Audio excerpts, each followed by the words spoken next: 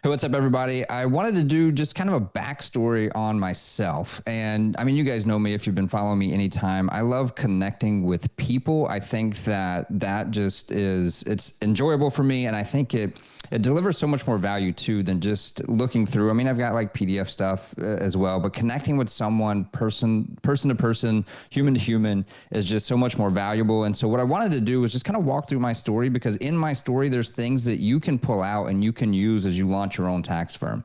You'll do things differently than me. You'll do some things the same. You'll pull from all sorts of different people.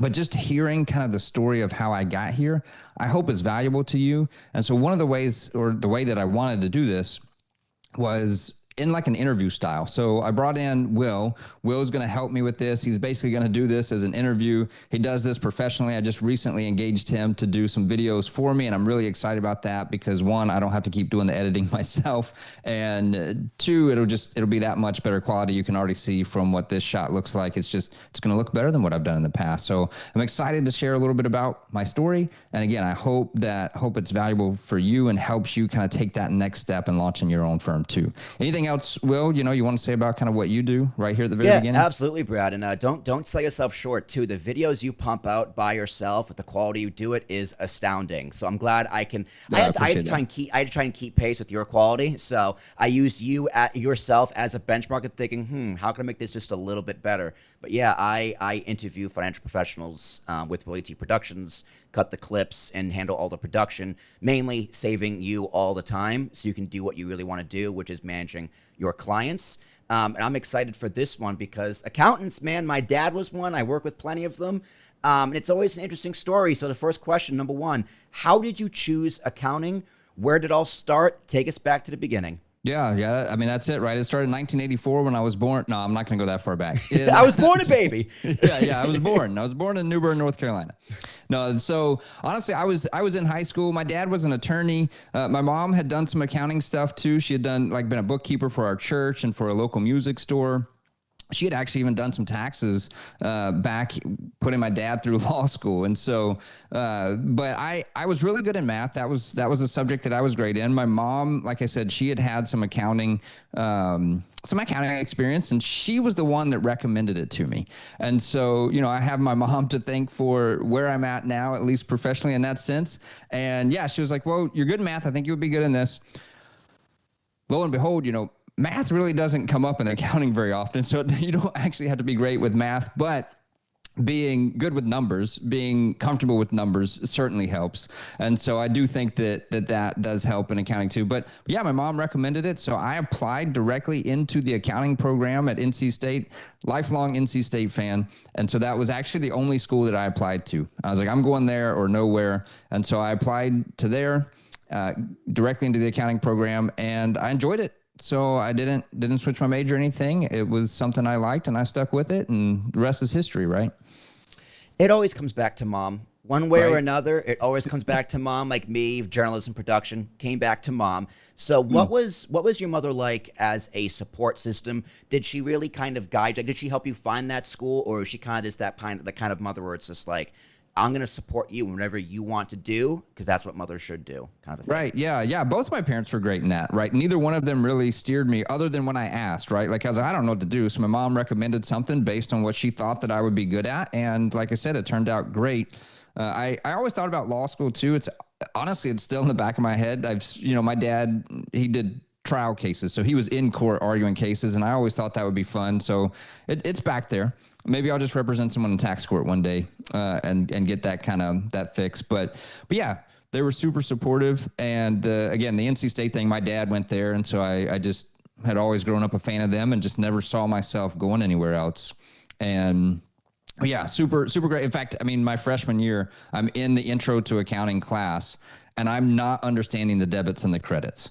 And I look in the back of the book, and in the back of your accounting book what the definition of debit and credit is? The definition of debit is left-hand side of the transaction. The definition of credit is right-hand side of the transaction. And I called my mom up, and I was like, this is the dumbest thing in the world. Like, this isn't helpful at all. And you know what she said?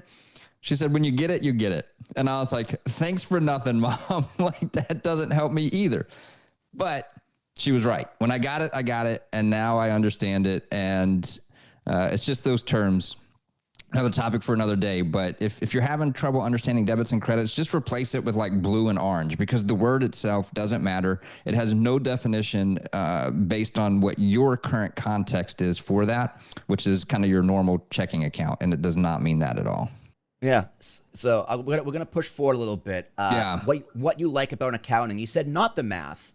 I assumed it would be because of the math. Accounting is a lot of math. So if it wasn't the math in the spreadsheets, what really drew you to the passion of accounting, if there even is a passion for accounting? Yeah. There's definitely a passion for accounting. I have it, and a big piece of it is just how organized everything is, how well it fits. I mean, like looking through a general ledger, if you've got the debits and the credits lined up, it's just so clean and neat. Like it just looks nice. Everything's in its proper place. And then I think too, just the fact that we're drawn to things that we naturally get. And again, I mentioned calling my mom, but once it clicked, and I just get it. Like it just makes sense to me. And so it's enjoyable to do something that, you understand so well.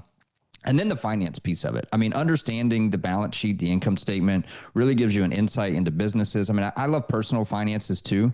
And that just shows you kind of people's priorities and values is where their money is going. And so it's the same thing on kind of the business side of it. I mean, the tax piece of it too. Again, it's a form with things in its place, and it tells a story. Maybe not the full story, but it gives you a good insight into those things. And so, yeah, I mean, I like those pieces of it. And, I do like math, but it's just the computer does all the math for you, and it's basic algebra. It's more of the story and what's behind those numbers that really makes sense, that make it enjoyable. No, that's 100% a great point. You took the words right out of my mouth. It is a story. Right? I was gonna use the example as like a chart, right? Looking at the S&P 500 over the past 10 years, like that chart tells a whole story of potentially where society was at a time, for the better or worse or what have you. And it's like, we as human beings, we are drawn to stories. We see it in books, we see it in movies, we see it in TV, we see it in all forms of media. And yes, we can indeed do see it in math. And you can see it from someone's tax returns. Like I remember one year I went through my entire bank statements for the year. I think it was 2021. And I was like, how much money did I spend on food? And I did it by hand in a spreadsheet. So I was just like, wow, that's a lot of money on food. And that's why I learned where my waste was. So like when you can, what's the benefit of that, right? When you can look at someone's expenses, someone's math, and tell that story, how does that then help you help them steer them in the right direction for where they're trying to go? Yeah, absolutely. I mean, honestly, what ends up coming up a lot of times is you see values that they communicate are different than the way that they're actually living it out. And so that could be one of two things. They either have like some habits that aren't aligned with their value, or they're not being honest with themselves about what their values are. And so that's what I honestly love about the personal budgeting side of it. And it comes up here in the business too. You can say that you want to do X, Y, or Z, but if that means you should be throwing money into marketing and you're not, then you either need to be honest about your values or you need to realign your spending with your values. And it's a great checkpoint. And I always tell people that's not what's in charge. You're in charge. You set those budgets. You just need to hold yourself accountable. And that's what it does. It's a flag to say like, hey, this is what you said you wanted, but you're not doing it. Do you want to change your intentions, or do you want to go back to what they actually were? And so it's really just, it's a helpful check figure, but you're still the one in charge of what you want to do. The words need to match the math. So it's either your job to change the math or change the words. That's right. That is like, I think that's the most basic one-on-one accounting I have ever heard. And then there it goes. It just clicked. I got it. Yeah. So let's go back to you. Where you are now, owning your own CPA firm. So you're getting out of school. Did you go right into your own business? Did you start at a big firm, work your way down? What was your career path? And would you advise someone follow your path or kind of divert a little bit? Yeah, that's a good question. And this will be maybe a little bit longer of a piece to get to where I'm at now. I mean, I'm 41 years old, so there's a good little bit of history here.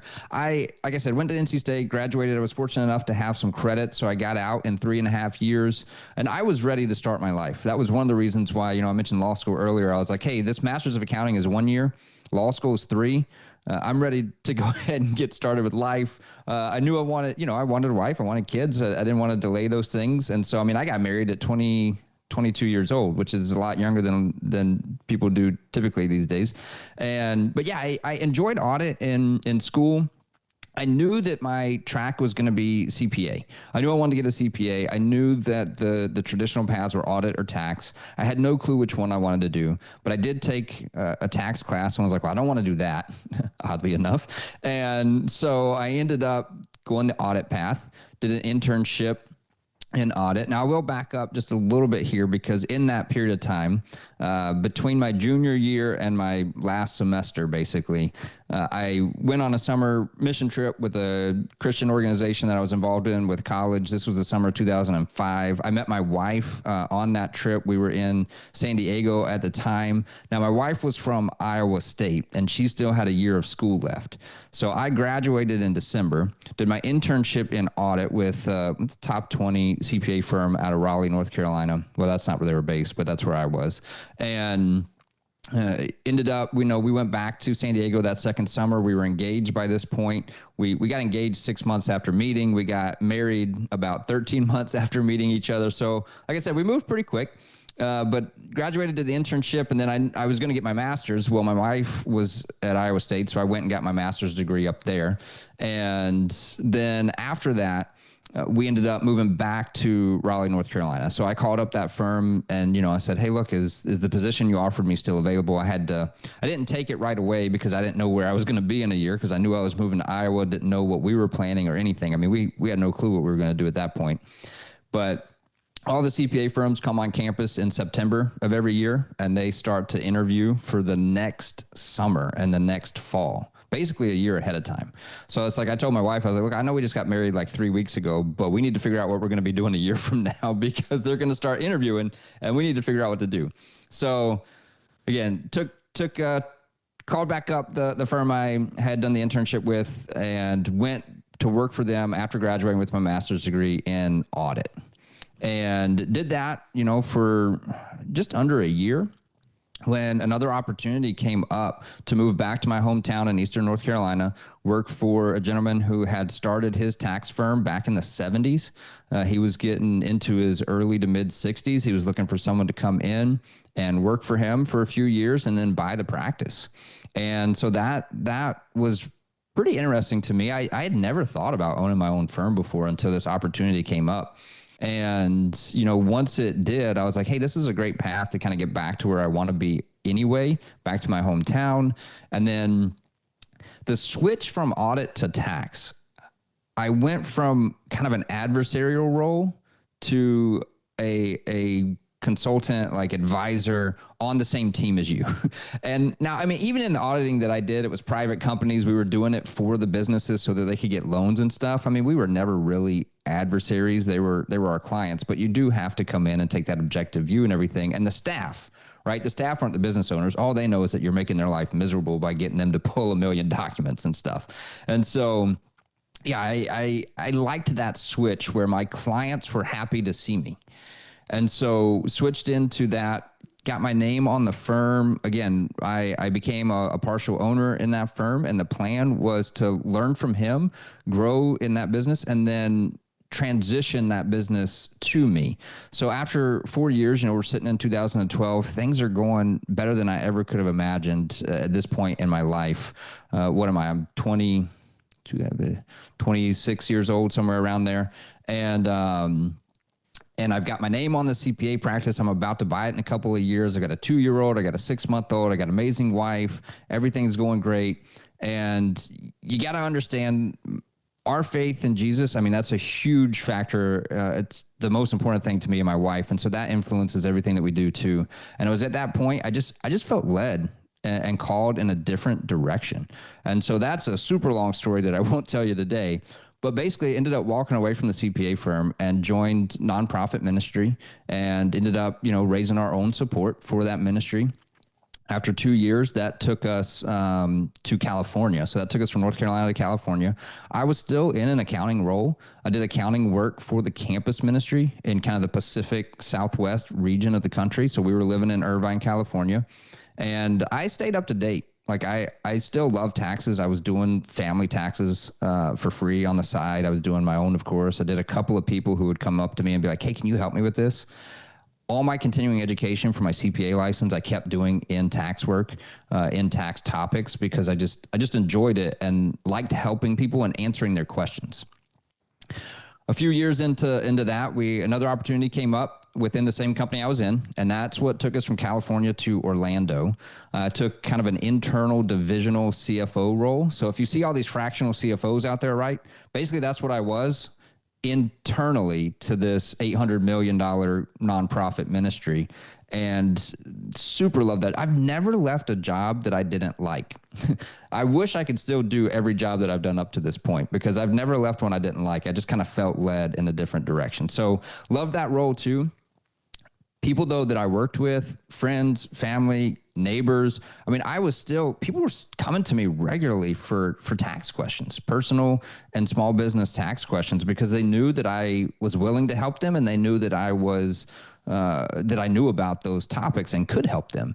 And so that is kind of what I started to miss. That I started to really miss kind of that piece of the advising on the taxes and everything like that. And so that's what really kind of led me back, kind of made me feel called back into that role. And at that point, I don't even remember, like, all I remember thinking was like, I'm not going to go apply for jobs at a CPA firm. Like, that's not really appealing to me at all. So it's like at that point, with zero interest there, knowing that this is what I felt like I wanted to do, it really came down to, well, am I gonna leave and go open up my own firm? Like, can I do that? Is that what I'm going to do? And so it was like, well, that's the only option. So I just got to figure out, am I going to do it or not? And so that's kind of leading up to the doorstep, right? I ended up saying, that's what I'm going to do. That's what I feel led to do. That's what I'm feeling called to do. And so I'm going to step into that and launch my own CPA firm. All right, and before we get there, there was a lot there, so we're going to take a few steps back. I want to talk about that first gig with the gentleman who started his firm in his 70s. Yeah. With the intention of buying it. Now, one, did he know you were intending to buy it? And did he really play this kind of mentor role to you? And what is like a modern day mentor look like for CPAs, for accountants, taxes, and like how should a young advisor plan, and or a new business owner plan to have that kind of mentor in their life based off your own experiences? Yeah. So 100%. The plan was, both of us, we talked about me buying the firm. And that was the plan from day one. He had kind of a larger firm, and some things had happened. And he, at the time that I met him, there was no other CPAs other than himself, but he was looking for someone to come in. It was, it's not a situation everyone has. I mean, it was a family friend too. Like, we grew up in church together. And so he knew me, I knew his family pretty well. And we met together, we talked, we both were on the same page, it clicked. And so we kind of came in with this verbal agreement that this is what was going to happen. We never got to the point where we put it on paper, but like I said, a year in, I got some ownership in the firm and my name went up on the sign, and all that was just to help with the transition. So that was the direction we were progressing in. And 100% a mentor. I mean, I was doing something the other day as simple as holding a sheet of paper on the side of my desk and pulling it down to rip it in half as a clean line instead of using scissors. And I was like, I saw him do that, and that's why I do it that way. Now, certainly from a tax side of things too. Like, I mean, I didn't know anything about taxes. I had my CPA license. I had taken the reg section of the CPA exam. I had a tax class in grad school and a tax class in undergrad, and I had done my own taxes. That was it. And so pretty much everything I learned there from him, how to do the research, how he was running his practice, I got to see that because it's a small firm. I mean, you're seeing that stuff. Walking down the hall and asking him questions. How do I find this answer? Or how does this typically done? We would review each other's tax returns. So I would do a tax return, he would look it over. But the tax returns he did, I looked over every single one of them. He would put every single one on my desk and I would review it. Now, obviously, he knew a ton more than me, but there were times where, he'd overlook a document, right? I mean, we're all human. We're all prone to those things. He'd transpose a number. And so he knew, it's better to have a second set of eyes on this, even if it's someone who doesn't know as much about taxes as you, because and that, honestly, seeing return after return after return of things done right is how I learned. And so if you can do something like that, 100%, I definitely advise that, and would say that is my preferred way to learn would be on the job like that with someone who's willing to take the time to help you understand those things. Yeah, and it's a fresh perspective, right? Because like I can imagine, he started in the '70s, not many computers, not so much in technology. You're coming in the early 2000s. The internet is a thing. Social media is now becoming a thing, and that kind of is a juxtaposition to what's going on today, where it's like, okay, the older accountants now have the internet and technology, but now these younger guys are going to have AI. So it's like you're going to take those two perspectives, kind of combine them, because like I'm sure there were some things back that he did in the '70s that were still relevant in the 2000s that are still relevant today. You just might do them a little bit differently. So having the kind of clash of generations really can make you a little more well-rounded in your career. And that goes for any profession, right? I've had my fair share of mentors in podcasting production, whether they knew it or not, right? As people I looked up to. And that's the thing too, like doing it by hand, then going to computers, and then, going through like major tax changes like 1986, like I would say it gives you a better understanding. So even if you're starting out now, I would never start out fully relying on like AI and the software and stuff, because it's a crutch, right? Yeah. So the more manual you can do at least a few pieces to really understand it, work through a couple of those things by hand. You don't have to do clients that way, but while you're learning, work through those things by hand so you really understand the form. Yeah, absolutely. AI is a tool on fast forward. Like, you don't want to use a tool on fast forward without knowing how to use it. You got to either build a house or you're going to build a house of sticks, and then it's going to be blown over by the wind. So, like, it's 100%. Learning those soft skills and hard skills on how to actually do something. Same thing in video editing, right? Like, you learned video editing, and now you know what to tell me you want in order to get a better product. Because I can tell you what I want. Like, I got to produce what you want. So doing it first is a huge benefit, and it gives you a huge advantage above everyone else. And that same message can go for accounting. But I also want to touch upon the fact that you felt guided. Now, that is not something you hear very often in a career path, because you literally went coast to coast, like multiple times. Yeah. So how did you balance like making the right decision based off of, okay, so what's best for me and my family, and that feeling of, I am taking this leap of faith because I trust my faith and I feel like I'm guided? Because you got to do sometimes you got to put your hands in the faith of God or the faith of whoever you believe or whatever you believe. But sometimes the math needs the math. So how do you balance that so young in your career? Because that's something everyone can relate to and kind of sympathize with. Yeah. Yeah. And again, that's a piece where it'll relate to some people and it may not relate to some people, or it may relate in a different way. But I grew up in church, and like a lot of people who grew up in church, I did it because I was told to, right? This is where you have to go. And it was really in college when that shifted to where it became my faith instead of my parents' faith. And that honestly happened as I started to just look at my life and be like, who am I living for, and what am I doing, and what's the purpose of my life? And I kind of came back to like, hey, this is a really important thing. My faith in God, my faith in Jesus. And am I really living it the way that I think I should be? And so that kind of just led me down like, I don't think so. So let me do more work in this area in my life. And that led me to an on-campus ministry. It led me to reading more of my Bible. And that was what, like, as I was doing that, I was like, yes, I do. This is what I believe. This is my faith. It's not just my parents. And that, I started to see God actively showing up in my life. And again, I got stories on that too, but going on that summer mission trip, meeting my wife, just seeing God's provision in a lot of different ways started to build that confidence. And so, as we're going from audit to tax to potentially buy this practice, a lot of prayer, a lot of, and usually it's prayer. Does it align with the word? It's seeking counsel from other people that I know, that I trust, wise counsel. What are the opportunities? If I don't even have an opportunity, then there's no point in pursuing something, right?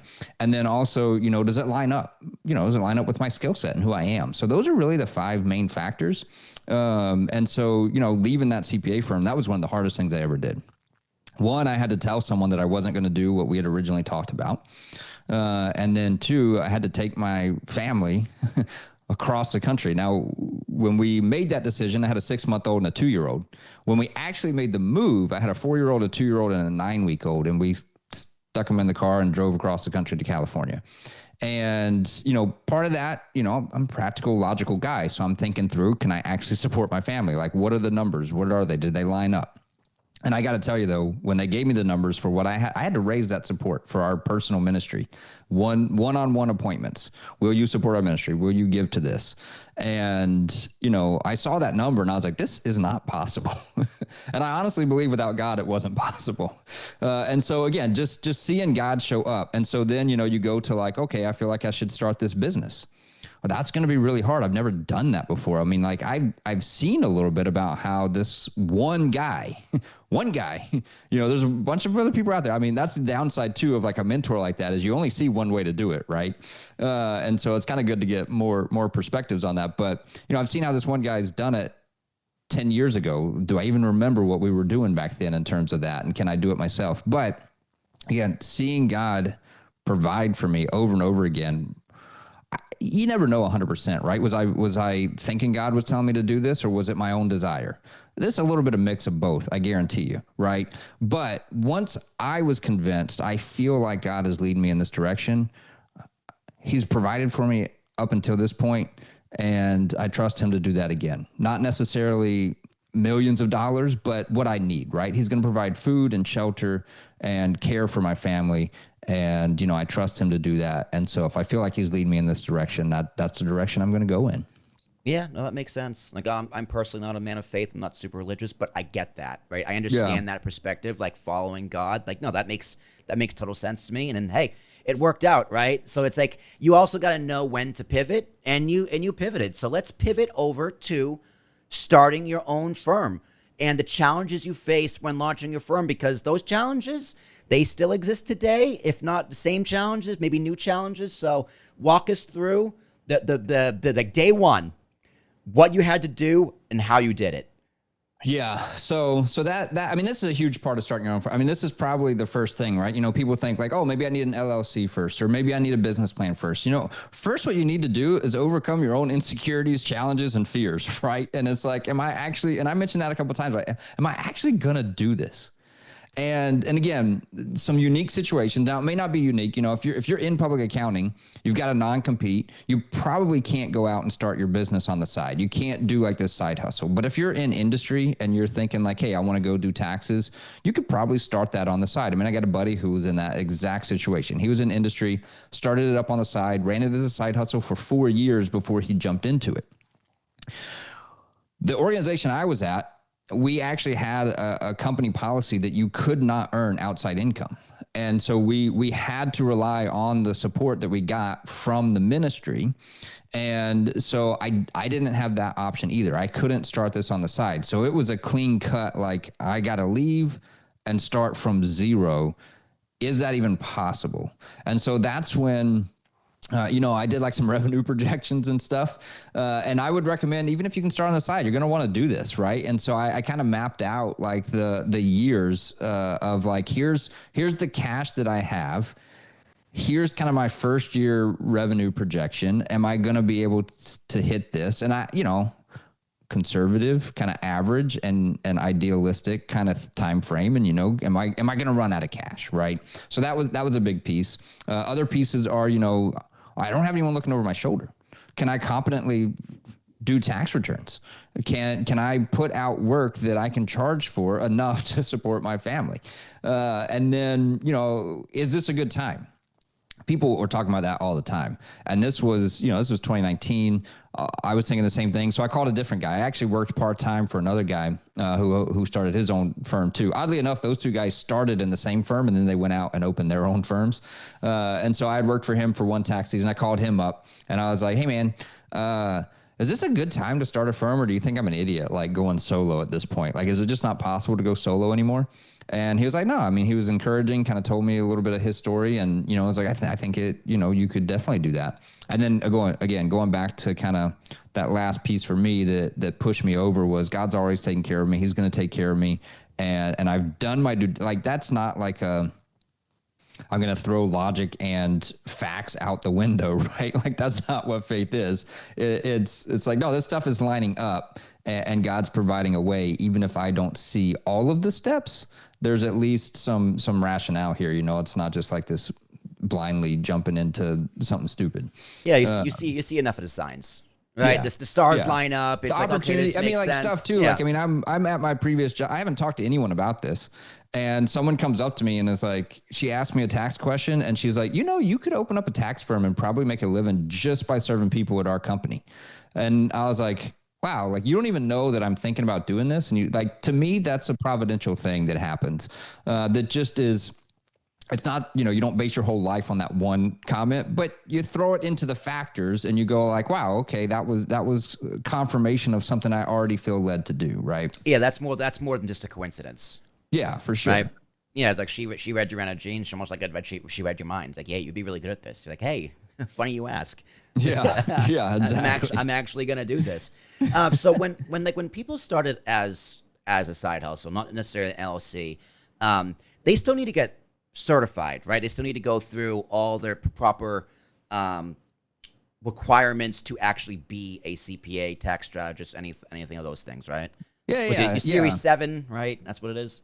Yeah, well, so we don't actually have anything like that, honestly. Their Series 7 would be more on the financial planner, like the trading side, like stocks and stuff. So in terms of preparing a tax return, well, you could open up a tax practice today and prepare people's tax returns for a living. Does that scare you?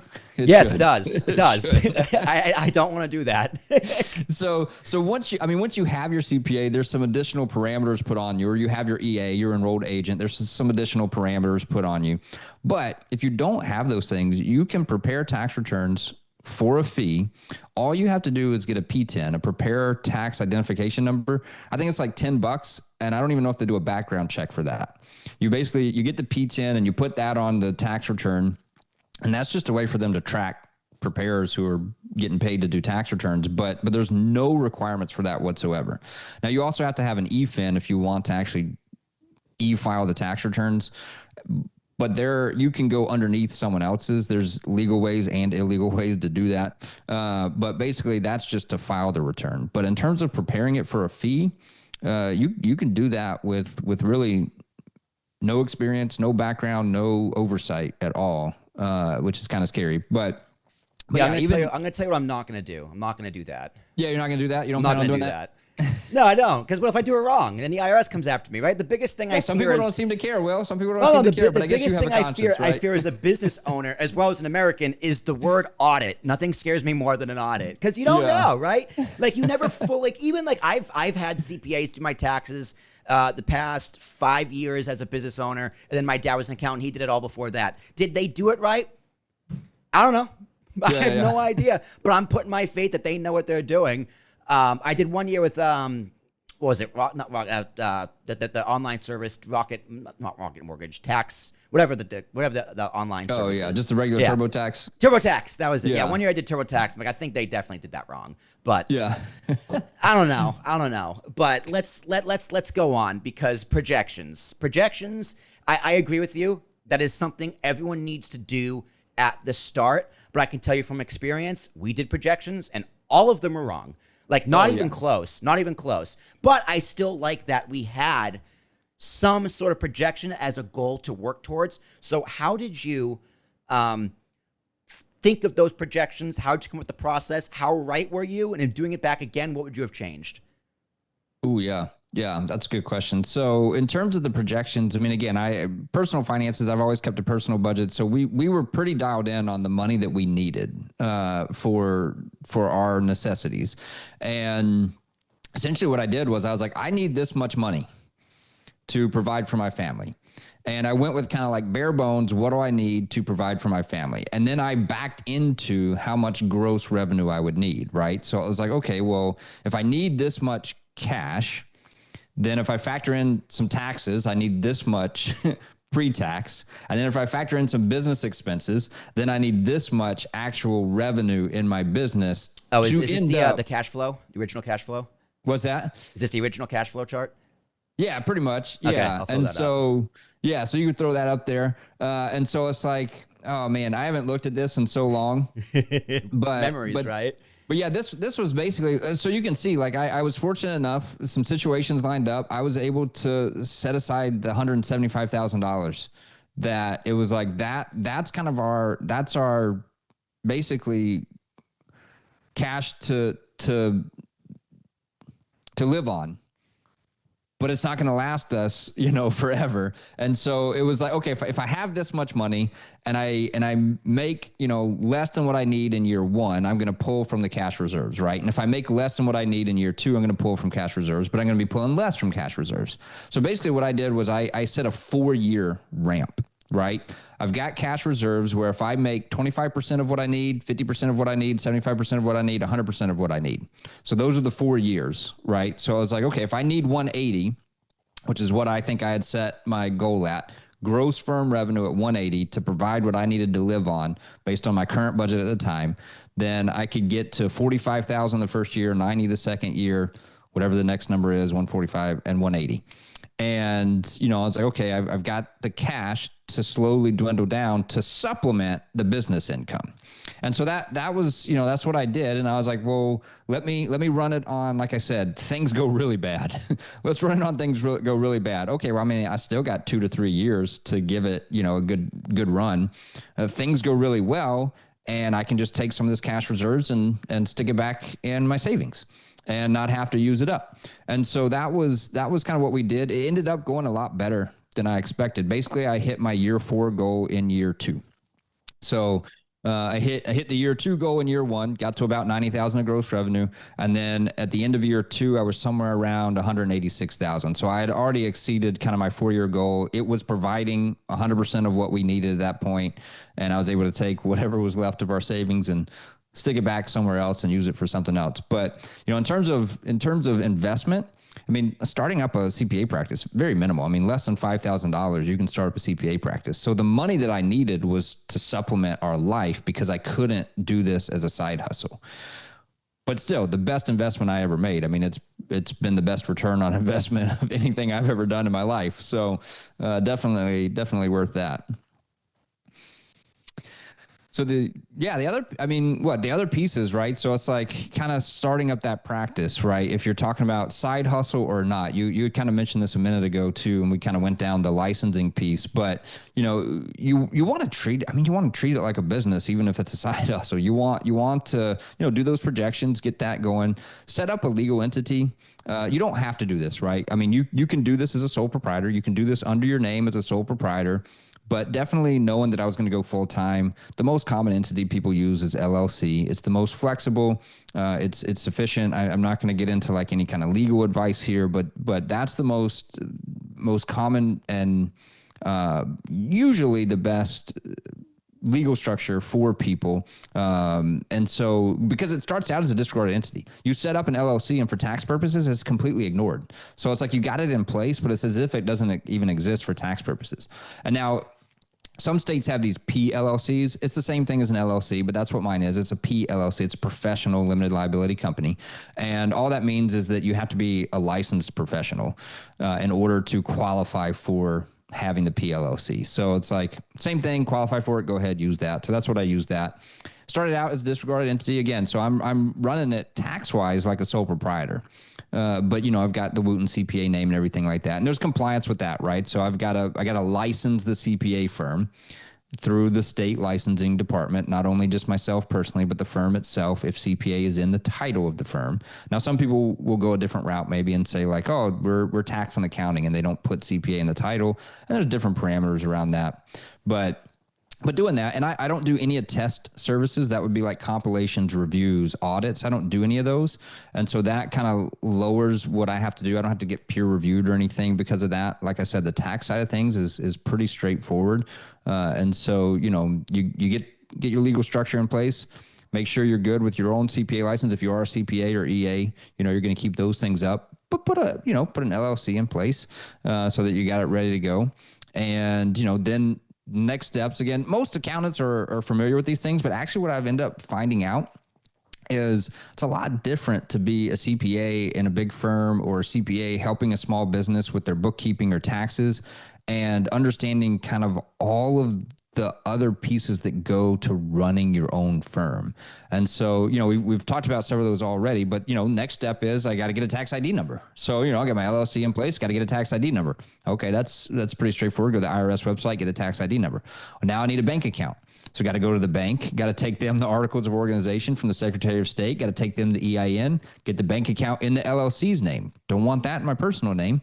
Want that in the LLC's name so that everything is there and ready to go. Then I had to, in North Carolina, they call these like privilege licenses.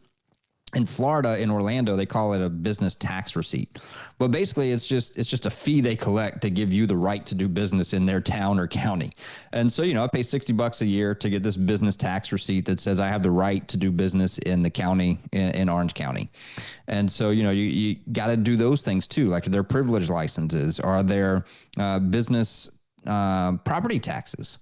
And so, you might have an exemption for your income, for your value of your property, which I do. It's less than 25,000, but you still got to file the first report. And so, yeah, a lot of those things, as you're starting out your own business, it's thinking through like, okay, am I compliant? Not just tax wise, or, am I keeping track of my own records, but in my town, in my city, in my county, what do they need me to do? To have a home office, I actually had to go through permitting. I had to permit my house for a home office in Orange County, which was interesting. So I had to, we built the home here. And so I was familiar with the permitting process because of building our own home and all the permits you got to do for that. I was very shocked to find out just to have a legitimate home office, I had to go through permitting with the Orange County permitting office. God, that sounds like a nightmare. Yeah, it was pretty easy, but it's like one of those things where you're like, I did not know you needed to do this. It was actually when I went to get my business tax receipt that I was changing my address, and they're like, what's your new address? I was like, here it is. And I was like, well, that's a house. And I was like, yeah, I have a home office. And they're like, well, you need to have a permit for that or else we can't do this. And they were like, so go to permitting and get a permit. And I was like, okay. Oh, that was fun. I don't think New Jersey requires anything like that, but I know if it's going from like one of those licenses, it's like an annual report. You pretty much got to file with the state saying, hey, we're still a business, $60. So it's probably something similar. I think a lot of this is pretty uniform, at least for federal. Then state by state it varies most likely, but a lot of them probably follow the same framework. Just Google it and reach out for questions. Pretty much is the answer to that. Yeah, and then, definitely. But so after all that, the legal entity gets up, the bank account gets set up, all the I's have been dotted and the T's have been crossed. Now we get to the really, really hard part. What do I offer? Who do I offer it to? How much do I charge? So I think pricing we probably get to a little bit later, but just figuring out what do I offer and who do I target, because the term niche is more important now as recording this in 2025 than ever before. So walk us through it. Yeah. So for me, figuring out what I wanted to do, it felt easy to me. And it should feel easy to everyone else. I would say, do what you know how to do, right? Like hey, I know how to do video editing. I know how to do video production, okay. I know how to do personal and small business tax returns. And so it's like, I know how to do that. Then the next question is there a market for that, right? You can know how to do a ton of things and there'd be no market for it. You might also be surprised that there might be a market for something that you think is kind of completely off the wall. Test it, right? It's like I didn't really have to test the market because I knew that there's a market for tax prep. And so that's the other thing too. A lot of people will tell you, like, oh, you've got to be in ultra high net worth clients. You've got to be doing tax strategies for 5 figures. The AI is taking over compliance work, and TurboTax has, people are able to do their returns. And it's like, that's not true. I can tell you it's not true because there are people with what we would consider very basic returns coming in because it's not basic to them. They are stressed out. They don't know what they're doing. They're not sure if it's right or not. And they want a person. They don't want turbo. Yes, there's always going to be DIY. I don't care what it is. There's going to be a DIY market. But no matter how easy you make DIY or how much assurances and guarantees you give, there's always going to be a market that just doesn't want DIY. I know exactly how to mow my grass, but I don't want to do it. Like it's, and you know, if there's some AI version that's going to come mow my grass, I mean, maybe I'll do that. But if I want to ask it questions about like, hey, why is my grass dying over here? Again, it can give me an answer, but there's always going to be people who are going to trust a human more. That I don't think that's going away, at least not anytime soon, maybe 300 years from now. But so that piece of it, right? I knew I was going to do tax prep, tax compliance. It's the wide open front door. Even if you want to do strategy and advising and higher level, more value, higher fee work, there are people walking through who's going to file my tax return, because it comes up every single year. They are currently voting, if they hadn't already voted right now, this morning, on a new tax bill that is going to completely continue to increase the complexity.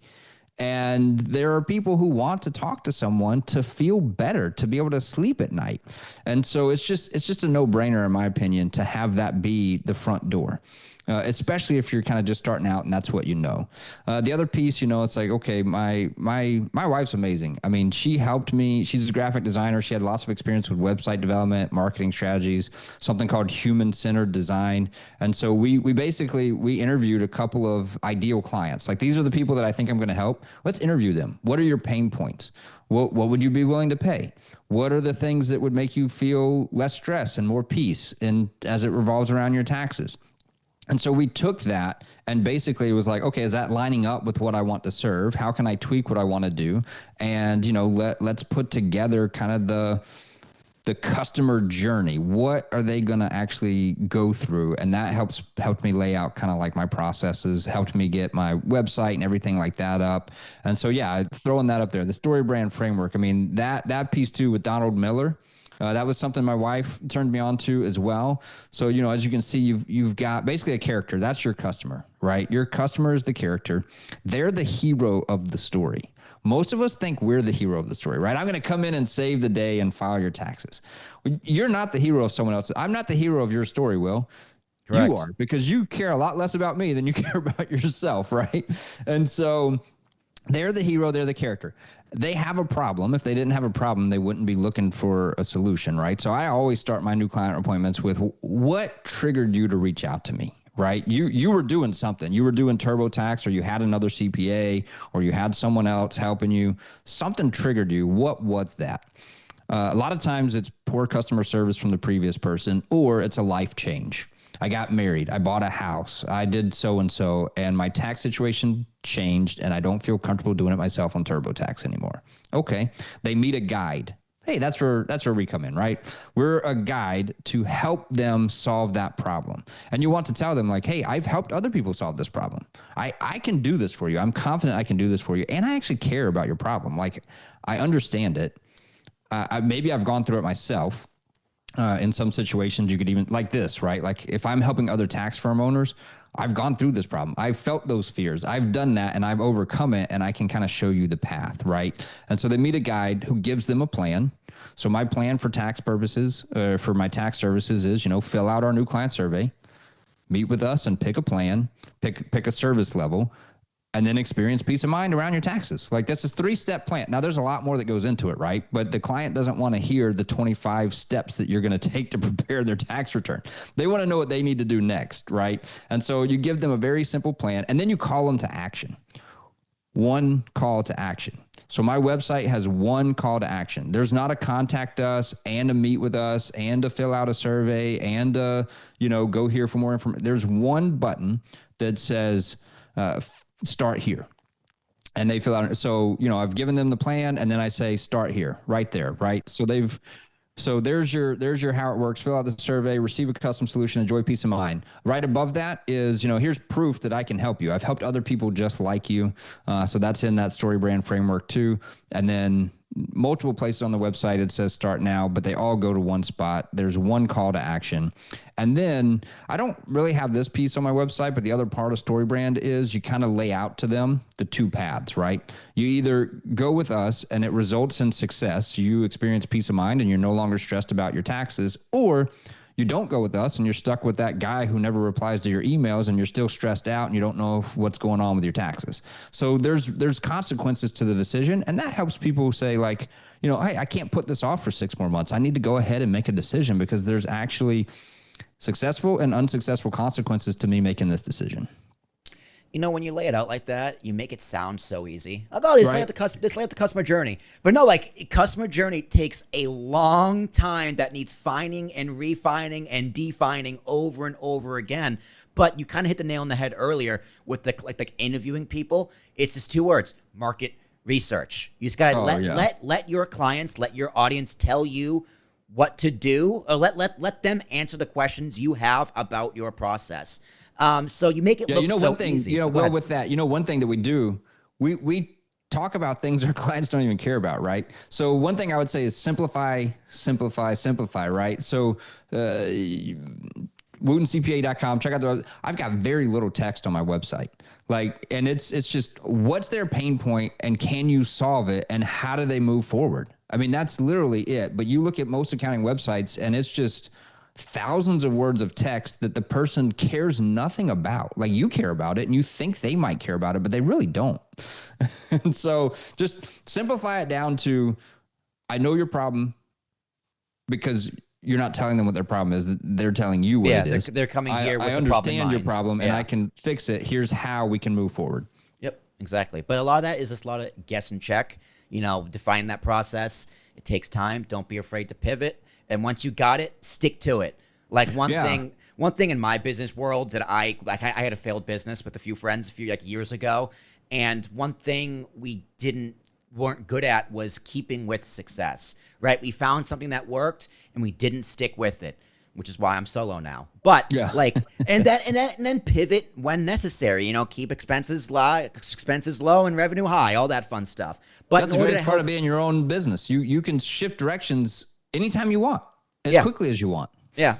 You can put your cap on. You can just like, okay, no more clients. I'm good here. Or it's like, okay, I'm ready to expand this, that, and the other. But the best person to ask is your audience, is your clients, or someone who's done it before. So Brad, you've done it before. With all this set up, this is all theoretical. The client journey is there, but there are some things to help you along the way in the world of software. We live in a world of software. So what tax software is good? I'm thinking client portals. Anything to help you with taxes, obviously Excel, formulas. So what software you use and how you actually deliver the work. Walk us through it. Yeah.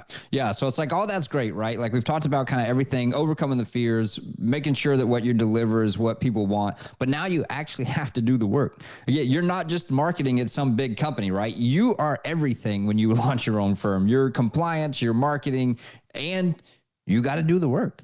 And so kind of this part right here, like you said, the software. And so this is kind of like the minimal what you could do. And I think you could run a multi-six figure. I think you could get easily to 200,000 on just these things I'm going to give you right now. And the very first thing, if you're doing tax work, is you need something to prepare taxes in. And so there's a ton of them out there. I started out with Drake. I think for the value you get, the price that it costs and the value you get, Drake is a solid option. You're going to find people who talk about Drake doesn't do complex this or that, blah, blah, blah.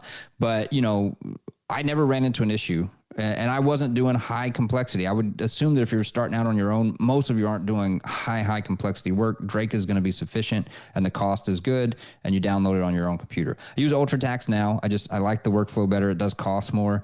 But just find something, right, that works for you in your budget and is kind of one of the main ones people know and you can trust. Like, I wouldn't go get some random thing no one's using, but something by an Intuit like ProConnect, they're going to be reliable. Drake, UltraTax, CCH, Access, those are all going to be reliable pieces of software. And then email, right? I just set up a business Gmail suite, right? You connect your domain to it so that you can be brad@wootencpa.com instead of bradwooten@gmail.com. I mean, you want to look professional, and for $12 a month or something, you can get the Gmail business suite, get your email connected. Not only that, if you do use like Brad Wooten at Gmail, it can sometimes flag as spam to people reaching out to, whereas that domain name, it's more likely to hit their inbox.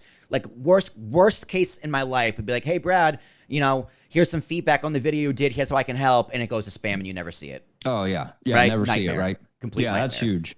And having a website. I mean, I think we'll get to that one in a minute, but then, like signatures, right? I mean, in tax world, we have to have e-signatures. They have to be compliant for the actual tax return. You have to use KBA, knowledge-based authentication. Clients hate it, but you have to use it. It's an IRS requirement. So you need something like that. I started out with DocuSign. I started out basically with a bunch of pieced together things, but now I highly recommend TaxDome. So TaxDome is going to take place of a lot of things. It's going to take the place of the DocuSign and your portal. You can actually connect a calendar booking app to it as well. You can take notes there, and like I said, document storage. But I use that. It's project management too, so it's got pipelines. So I know exactly in the tax prep process where each job is in the pipeline. And so I do. I mean, there's other ones. There's Carbon. There's Firm 360. They probably all are very similar. I just happen to have picked TaxDome, and I use it. But you need the tax software. You need your project management, your e-signature, your document storage, your client communication. There's a chat message feature in there, a place to take notes. So all of that can be in one spot, TaxDome or Firm 360 or something like that. I do recommend a calendar app too. Instead of this, instead of picking up the phone every time it rings, or, back and forth. Hey, Will, does Thursday at 3 work with you? No, that doesn't work with me. Does Friday at 4 work with you? No, that doesn't work with me. Just pay $12 a month or something and get Calendly. So that's what I use. Calendly's free. It's also a free version. You can also get a free version. Yeah. If you want to remove their branding and put your branding up there, it's like $10 a month or something. But yeah, you can use it for free. I mean, I started out with a Pointlet and then ended up wanting a little bit more kind of customization that they may have now too, but that's why I switched over to Calendly. But yeah, it saves you so much time. And if your first call to action is book a discovery call with me, hey, they can book it right there and click right through it too. And then QuickBooks Online, I mean, whatever you want to use Xero, you want to use Wave app. QuickBooks Online you get for free as an accountant. So you just get the accountant version and then you can use it for yourself for free. So it's a huge benefit that we have that other firms don't, other businesses don't. We don't have to pay $60 a month for QuickBooks, but you can send your invoices through there. You obviously keep track of your income and expenses. I think most accountants are going to understand that piece without too much detail. Website. I personally believe you need a website. I think that it's the first place people go to now to verify your credibility. Like, hey, you've got a tax firm, but you don't have a website. I don't believe you. Like, I don't know who you are. I don't know where you're at. Why don't you have a website? And it can be it can be one page. Follow the StoryBrand framework. It does not have to be complicated. I use Wix. Again, it's cheap, and you can pay even like 3 years at a time if you want to get even cheaper. But set up a one-page website just to give them a place to find out a little bit more about you and solidify in their mind, this is a legitimate business. It's 2025. If you don't have a website, are you a legitimate business? I don't know. And then I do recommend like a survey tool also. Again, I now use this to pre-qualify clients because I don't take on every single type of client, and you're never going to either. But in the early days, you have plenty of time to hop on a phone call and kind of see if it's a good fit. As you start to pick up more clients, you need to do that without being on a phone call with people. And so I use, you use Google Forms for this. I used that for a couple of years. Now I use Typeform, and it's much more customized logic where, if they answer this question, they get kicked out, and it kind of has that conditional logic. And then of course, you need a research tool. I use a couple. But the one that I would recommend if you're only going to get one would be Parker Tax Library. They've got great analysis, and it's like $400 a year for what you get. It's a no-brainer. And so you get template client emails and newsletters. You get the tax code and the regulations and all that stuff, but you get their expert commentary too. And so for research, for $400, I mean, that's the one that I would recommend. There's a bunch of other good ones out there too, if you want to add some more on. But you also need E&O insurance. So you've probably thought about this already, but make sure you have errors and omissions insurance. You're going to make a mistake on a tax return, and most of the mistakes you're going to make are a client conversation like, oh man, I'm sorry, I'll fix that for you. I'll amend the return, and you move on. Or maybe you offer to cover like, well, there's a little bit of penalties and interest there. I'll cover that for you. But you want to have errors and omissions insurance for catastrophic type of stuff, right? Same reason why you have health insurance. You don't want to go bankrupt because you made a mistake. And so you get your errors and omissions insurance. You get mine through the AICPA. If you're an enrolled agent, you got to go somewhere else because you got to be a CPA to be a member of the AICPA. But, you'll be able to find that through some insurance company that writes business insurance. But with those things, right? So what do we got? We've got your tax software, your project management, which is kind of everything, document storage. You can do invoicing through there, client communication, all of that. Your calendar app, QBO, website, survey tool, a research tool, your E&O insurance. With all of that, you could run a 200,000 plus tax firm. And those things are less than $5,000 a year in expenses. Now you're going to quickly start adding other stuff. So by no means is that what my operating overhead is, because you're going to start to make more and add more and things like that. But you can definitely get to $100,000 on that. You could get to $200,000. You could go beyond that, honestly, on those things if you really wanted to. But that's really like all it takes to run a tax firm. Yeah, I mean, pretty straightforward. It's just a matter of, and a lot of these things you can start small and then build up to. Like you can start with the free Calendly, and then once you need it, move up. Or you can like even those first few clients. Like I still do all my bookkeeping by hands. Mostly I do at the end of the year because I only have a few clients for Willy Productions, right? It's small. It's a second job. You can use the term side hustle, second job, whatever you want. But if I expand and grow and go full-time with this, you better believe I'm going to do a QuickBooks. But right now, I don't need QuickBooks, right? I don't need to spend $50 a month, whatever it is, for that QuickBooks. You can start small. And again, I want to learn those soft skills of bookkeeping. So then when I actually go and get the QuickBooks, I actually know what I'm doing. I can actually speak the language. Yeah. So yeah, all that makes sense. The insurance is a good one too. A lot of useful information there. Things I was like, wow, I never even thought of that. So the next step, or you say the last step, is the big one.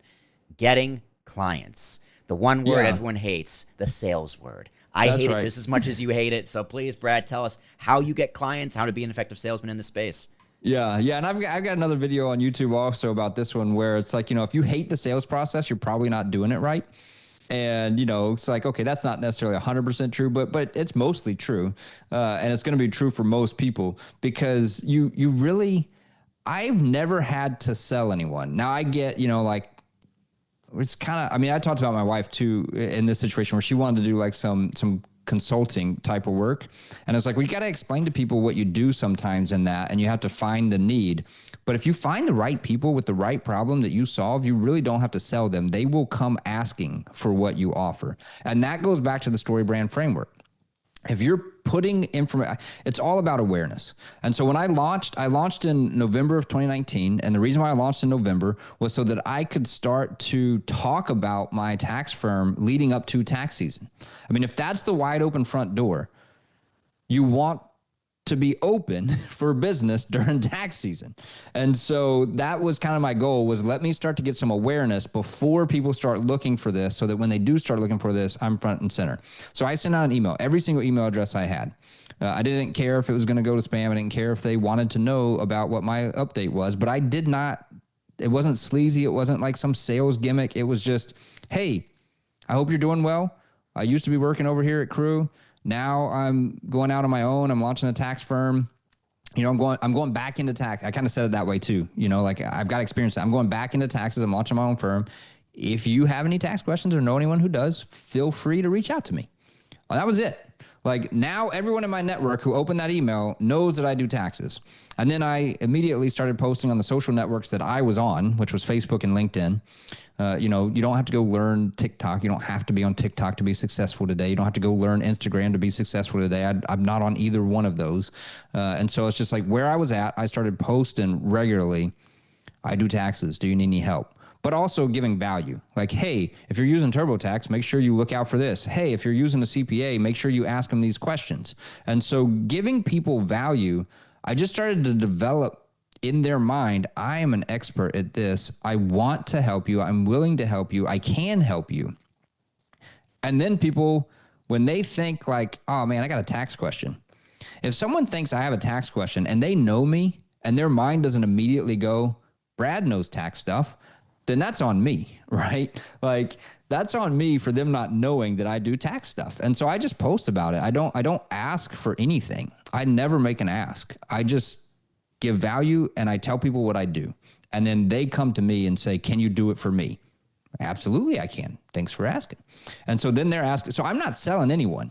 They're basically selling themselves to me. Here's the problem I have. Can you help? Can you help? Will you help me? Because also a lot of times I'm like, I don't deal with that. Like, that's not something I really have experience with. I've had people in new client appointments beg me to take their work. They're like, I can't find anyone to do this for me. And I'm like, I'm sorry, I don't do that either. And so, but when you find the right person, it's like, yes, I can do that. And that's how you help them. I landed 115 clients in the first year. Basically just by doing, I ran some Google ads that first year too. I ran some Google and Facebook ads for me. Very targeted Facebook ads worked really well to people at a company I used to work for that had unique tax situation, and I understood it because I used to work there too. And so those worked super well, high conversion rate. The other ones that worked decently well were local zip code Google ads. And really that's just more about awareness, right? My name's popping up. I'm on Google Maps. If you can get on Google Maps, do that too. That's where a lot of my local stuff still comes from, is just people, I need a tax repair, and it pops up on Google Maps. I've got 75 5-star plus reviews. And so they reach out, right? So that's great. 115 clients that first year. I mentioned it was 90,000 gross. And it really just went back to, I let my network know that I was there and able and willing to help. And that was really what drove the vast majority of that. Then I had a core mass, right? I had a foundation, and they started recommending me.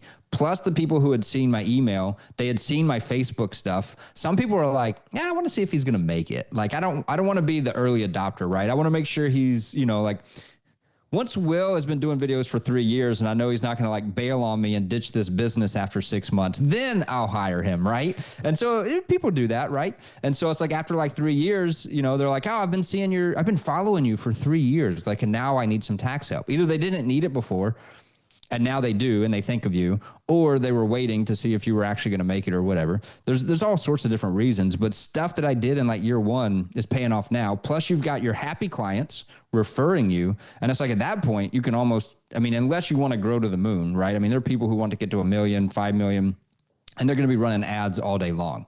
But if you just want to kind of run your own practice and provide for your family and make good money, I turned off advertising in year 2. And it's self-sustaining now. I got the free Google Maps, and I still do, social media posting, but I don't do paid advertising because it's self-sufficient now. With referrals and everything like that, it works. And so 115 clients first year, about 230 the next, and then 330 the year after that. And that's kind of where I'm at. I've just been maintaining, growing a little bit, but mostly maintaining from that point forward.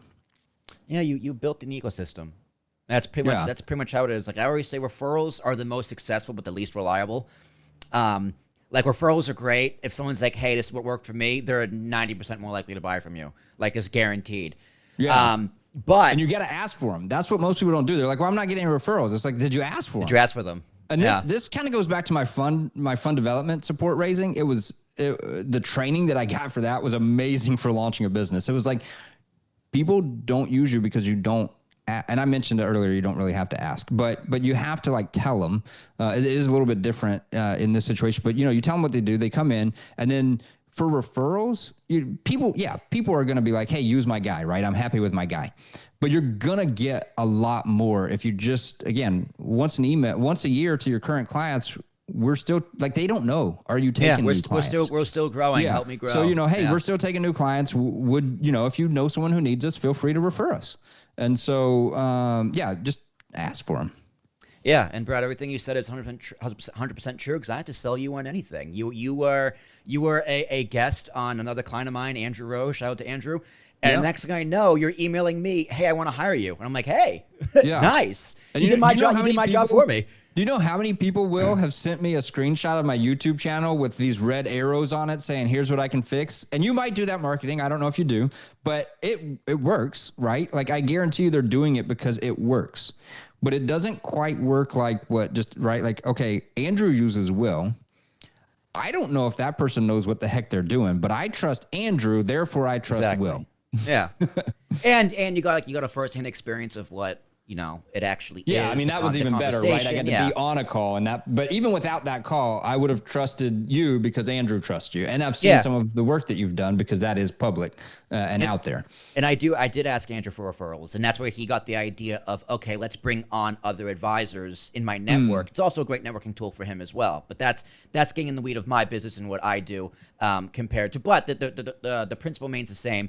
Referrals, you don't need to ask. Yeah, if you don't enjoy sales, you're definitely not doing it properly. So here we are, 2025. It is now your 6th tax season come and gone. What's next? How are you currently doing? Do you have plans to expand? Are you gonna stay in Orlando? Go back to California? The kids are a little older now. Like, what is your faith? Where are you being led? What is God leading you to now? Is God like, hey, Brad, your feet planted, you made it. Enjoy the Holy Land.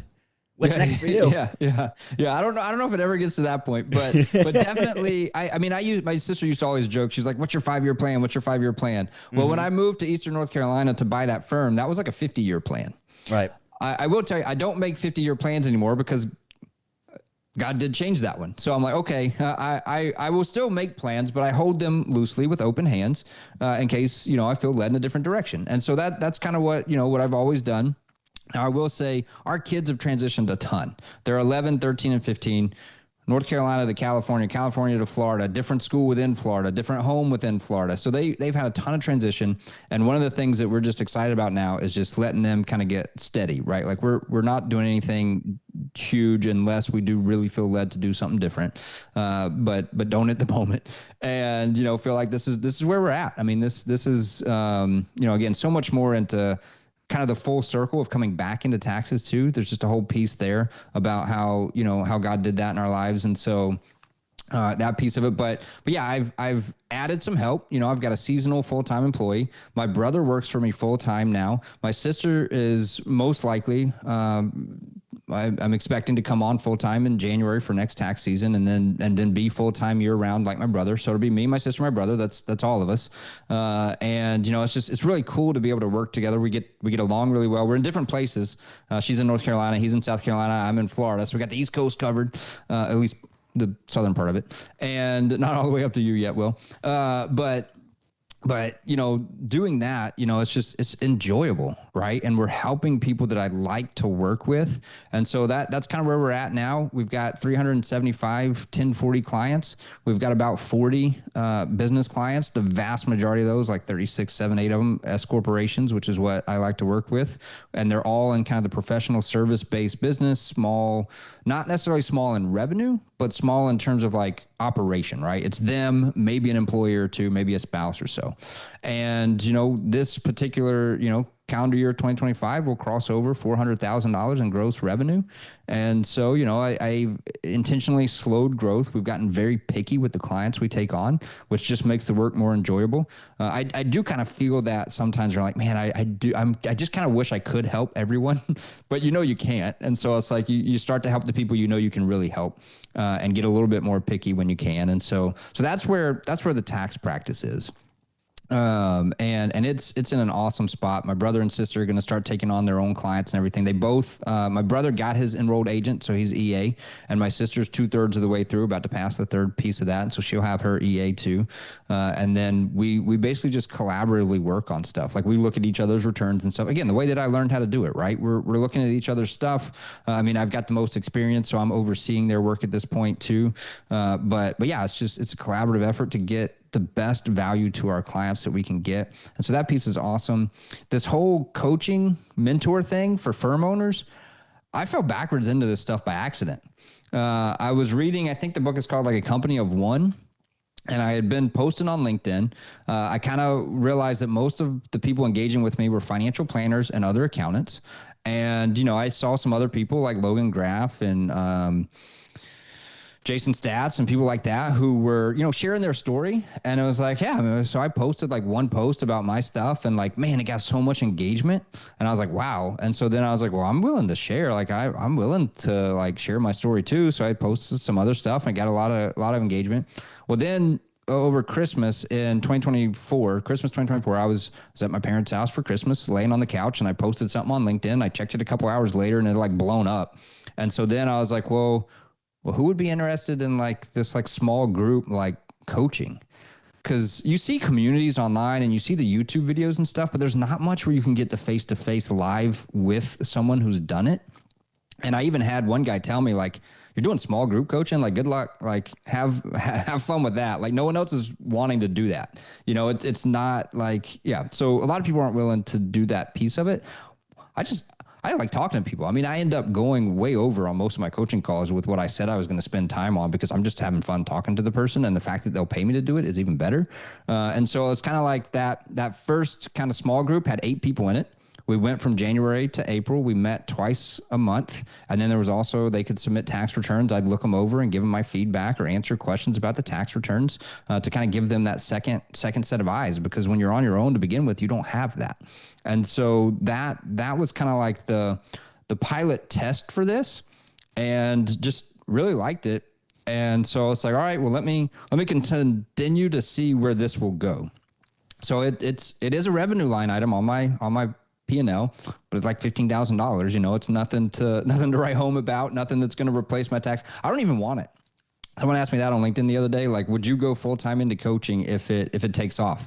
If it gets to the point where the demand is that high, I have no intentions of doing that. I like the tax work. I want to keep doing the tax work. And so I might do less of that as my brother and my sister are doing more, but I'm always going to be involved in that. That's always going to be a good chunk of what I'm doing, because I enjoy it.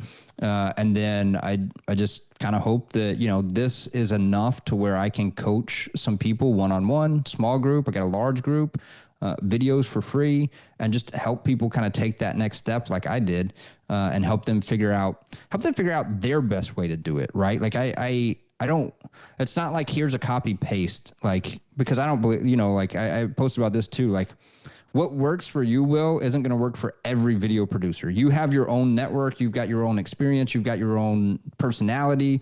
Like, what works for you isn't going to work. Like, it's like a recipe. If you're missing one of my ingredients, that recipe might fail for you. But let's find the recipe that works for you. And so it's harder to explain a lot of times. It doesn't sell as well, to be honest with you, even though I think it should sell better.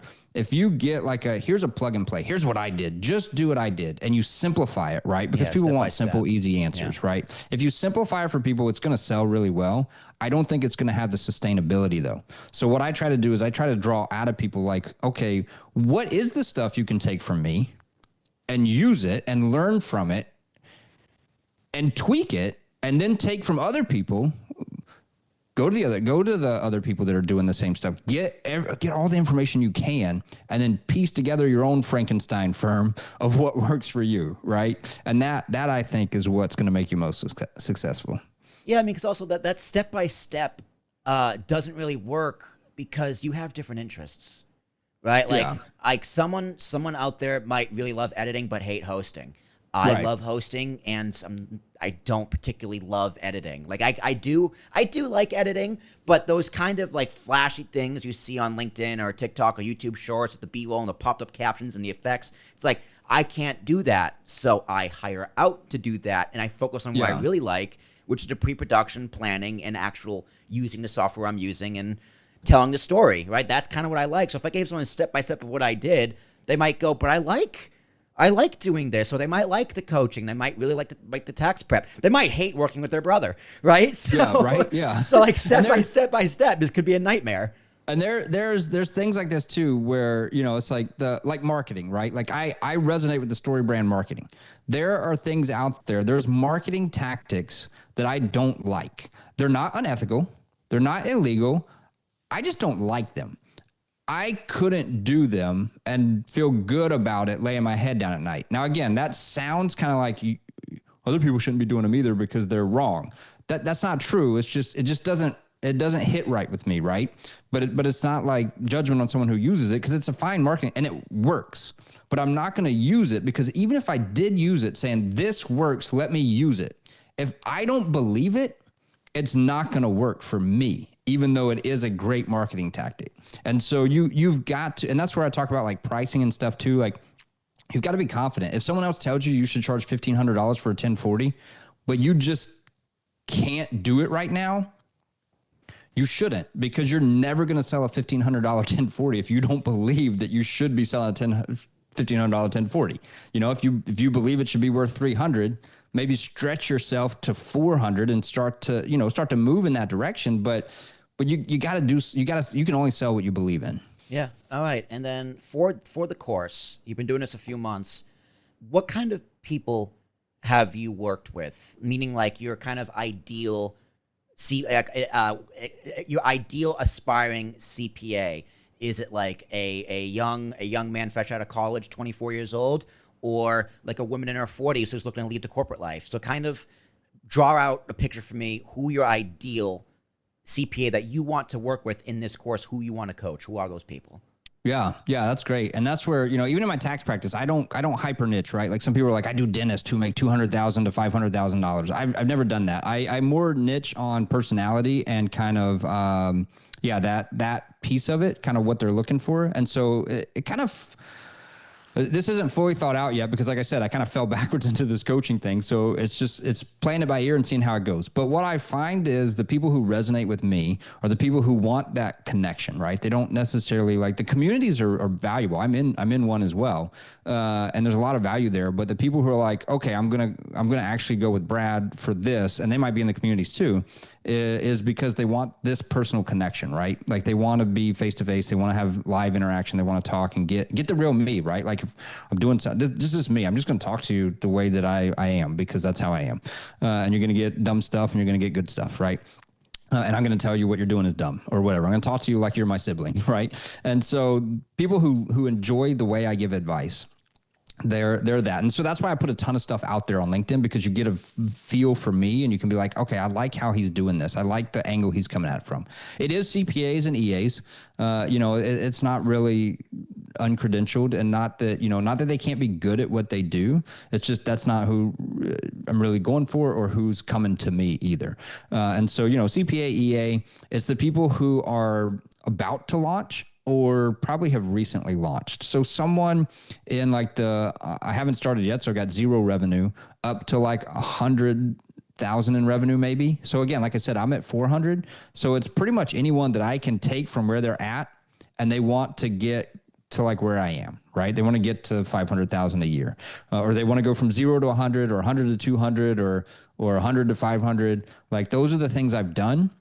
Those are the things that I'm good at talking about and can say, here's what my experience is, and you can learn from that.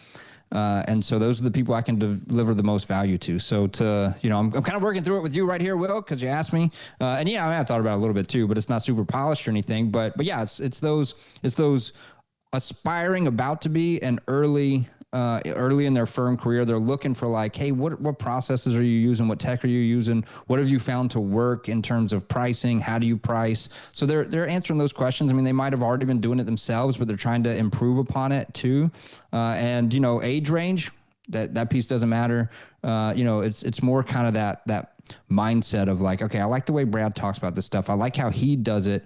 I want to learn from him, kind of things he's done. And I'm learning from them too. I mean, it's not like, hey, I've got all the answers for you, right? It's like, this isn't like come to me and get like, again, like I said, it's not come to me, get the script that's going to make it perfect. It's come to me and we're going to work through this together. That's what coaching is. We're working through it together so that you improve and get some other ideas and what you can move forward on. So yeah, people open to that type of thing is really who it's for. Absolutely. And Brad will finish us off. The best way for people to reach you, how they can get in touch with you, and how they can learn more information about you, your story, ask any questions, sign up for your course, let them have it. Yeah. So this one is geared really towards the tax firm owners. And so, WootenCPA.com, that's my regular website for like the tax work. But for this, it'd be WootenCPACoaching.com. And so that's going to be where you kind of see the coaching pieces of it and what I offer there. And then of course, connecting with me. Most of the people are finding me on LinkedIn. So Brad Wooten, CPA, on LinkedIn, you can find me there.